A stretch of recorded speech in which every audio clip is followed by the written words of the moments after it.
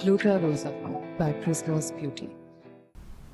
తెలుగు రాష్ట్రాల్లో వర్షాలు దంచుకొడుతున్నాయి. దక్షిణ ఛత్తీస్గఢ్ పై కేంద్రీకృతమైన అల్పపీడనానికి అనుబంధంగా ఉపరితల ఆవర్తనం కొనసాగుతోంది. దీని ప్రభావంతో రానున్న 24 గంటల్లో అల్లూరి, ఏలూరు, పశ్చిమ గోదావరి, పల్నాడు, గుంటూరు జిల్లాల్లో భారీ వర్షాలు కురిసే అవకాశం ఉంది. కోస్తా తీరం వెంబడి గంటకు 40 నుంచి 50 కిలోమీటర్ల వేగంతో గాలులు వీచే అవకాశం ఉంది. కోస్తా జిల్లాలోని ప్రధాన ఓడరేవులలో 3వ నెంబర్ ప్రమాద హెచ్చరిక కొనసాగుతోంది.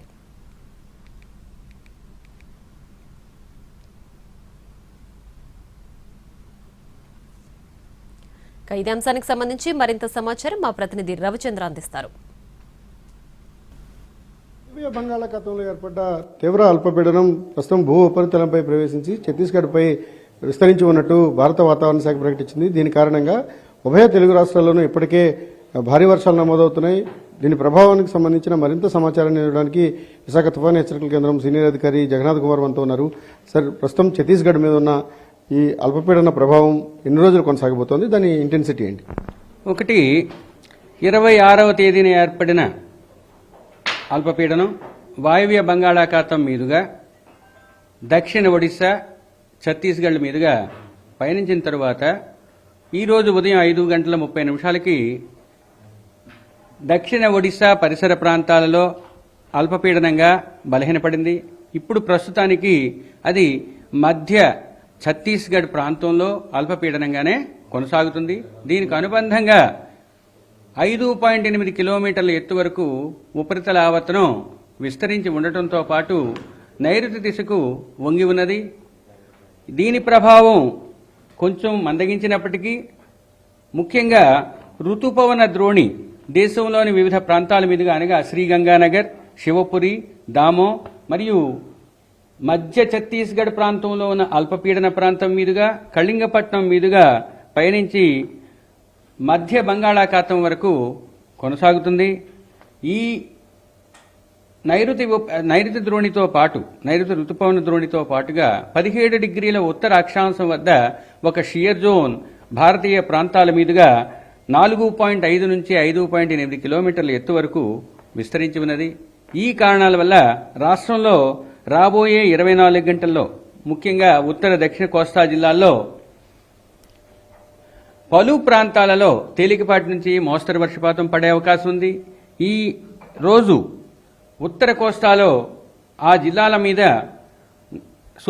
సుస్థిరమైన బలమైన ఋతుపవన గాలులు 40 నుంచి 50 కిలోమీటర్ల వేగంతోనూ, దక్షిణ కోస్తా జిల్లాలపై 30 నుంచి 40 కిలోమీటర్ల వేగంతో వీచే అవకాశం ఉండటంతో పాటు రాబోయే 5 రోజులు కూడా ఉరుములు మెరుపులు కూడా కొనసాగే అవకాశం ఉంది. అయితే దీనంతటికన్నా అతి ముఖ్యంగా ఉత్తర కోస్తా జిల్లాలైన అల్లూరి సీతారామరాజు, ఏలూరు, పశ్చిమ గోదావరి, ఎన్టీఆర్, గుంటూరు, పల్నాడు జిల్లాల్లో 1-2 చోట్ల భారీ వర్షానికి రాబోయే 24 గంటలు ఆస్కారం ఉంది. ఇది కాకుండా 7వ రోజు కూడా భారీ వర్షపాతం 1-2 చోట్ల నమోదయ్యే అవకాశం ఉంది. వాటిని ఇంకొంచెం పరిశీలించిన తర్వాత మీకు తెలియజేయడం జరుగుతుంది. అంటే క్యాచ్మెంట్ ఏరియాలో భారీ వర్షాలు కురుస్తున్నాయి. ఛత్తీస్గఢ్లో ఉన్న అల్పపీడన ప్రభావం కావచ్చు, ఇతర కారణాల చేత భారీ వర్షాలు కురుస్తున్నాయి. ఎటువంటి అప్రమత్తత అవసరం అవుతుంది? ఇప్పటికే నదులన్నీ కూడా ఉప్పొంగి ప్రవహించిన పరిస్థితి కనిపిస్తుంది.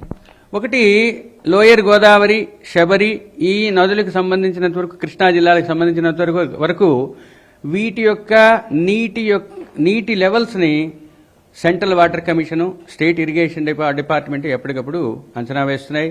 మాకు ఉన్న క్వాంటిటేటివ్ ప్రెసిపిటేషన్ ఫోర్కాస్ట్ ద్వారా రాబోయే క్యాచ్మెంట్ ఏరియాస్ లో రాబోయే వర్షపాతాన్ని తెలియజేయడం జరుగుతుంది. ఆ వర్షపాతానికి అనుగుణంగా ఫ్లాష్ ఫ్లడ్ ఉన్నా లేకపోతే డేంజర్ లెవెల్స్కి వెళ్లే అవకాశం ఉన్నా ఆ రిస్క్ను బట్టి ఆ విభాగాలకి తెలియజేయడం జరుగుతుంది. ప్రస్తుతానికైతే శబరిలో ఉన్న పరిస్థితిని ఆయా డిస్ట్రిక్ట్ అడ్మినిస్ట్రేషన్స్ అంచనా వేస్తున్నాయి. ప్రస్తుతానికైతే నార్మల్గానే ఉంది. అంటే తీరంలో గాలుల ఉధృతి ఎలా ఉంది?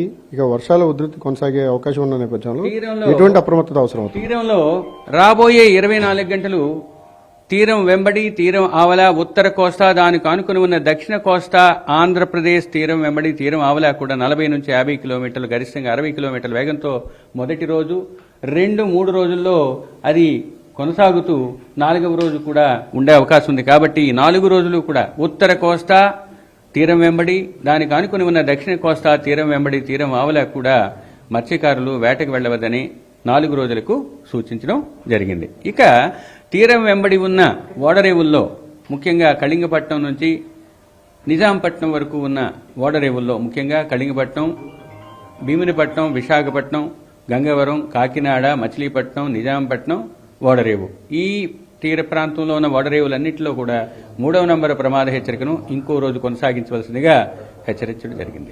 అత్యధిక వర్షాలు ఏ ప్రాంతంలో నమోదయ్యాయి సార్?